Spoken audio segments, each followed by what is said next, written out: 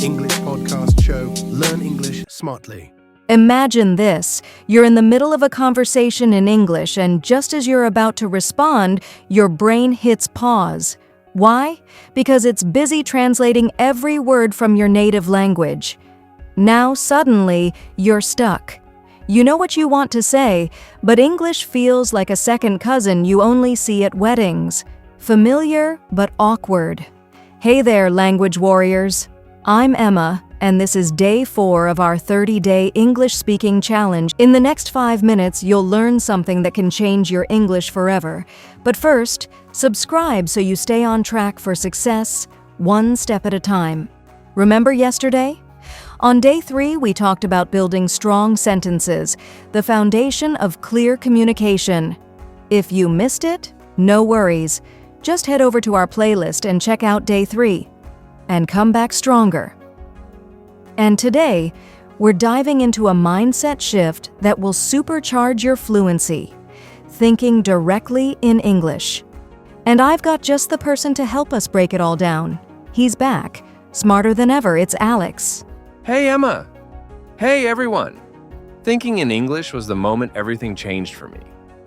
I used to take so long to reply in conversations because I was translating every thought from Spanish. But once I trained myself to think in English, it was like I discovered a secret fast lane to fluency. Exactly.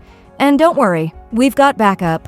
Later on, our vocabulary expert Maria will drop in with a mini masterclass on some of today's top expressions. So wherever you are, on a walk, doing dishes, or sitting in your favorite cafe, get ready to upgrade the way your mind learns English. Segment 1. Why it's so hard to think in English. Let's be honest. Thinking in English sounds cool, but for most learners, it feels impossible at first. So why is it such a challenge? Because your brain is loyal. It sticks with what it's known the longest, your native language. From childhood, you've built patterns and habits in your first language. So naturally, it becomes your default system. Exactly, Alex. Think of your brain as a highway. If your ideas have to take a detour through another language, there's traffic. But if the path is straight, English thoughts to English words, it's smooth sailing. This is how children learn. They don't translate. They connect ideas with words directly. Segment 2. How to start thinking in English, even as a beginner. You might be wondering, but I'm not fluent yet. How can I think in English if I don't know enough words? Here's the secret. You don't need perfect grammar or a big vocabulary. You just need the right techniques. Label your world. Look around and name objects in English. Tell yourself what you're doing in English. Talk to yourself in short English sentences. And here's another tip. Set English zones. For example, your kitchen becomes an English-only zone for 10 minutes a day. Absolutely, I moved on to narrating my day in simple sentences. I'm brushing my teeth. I'm cooking rice. I'm walking to the store. It felt silly at first, but it helped me train my thinking muscles. Yes, your inner voice is your first English teacher. Use it. Also, I learned to think in chunks, not just words. For example, it doesn't matter. Let me check. Can I help you? These are ready-made blocks your brain can use instantly. Segment 3. Practice thinking with this or that. Let's play a fun game to train your brain live on this podcast. I'll say 2 choices. You answer in English with a reason. Ready? Coffee or tea? Tea, it relaxes me before work. Beach or mountain? Mountain, I love the peaceful air and view. Online class or classroom? Classroom, it feels more personal. See? Simple thoughts, quick English, no translating. Segment 4. Create your English bubble. Anywhere.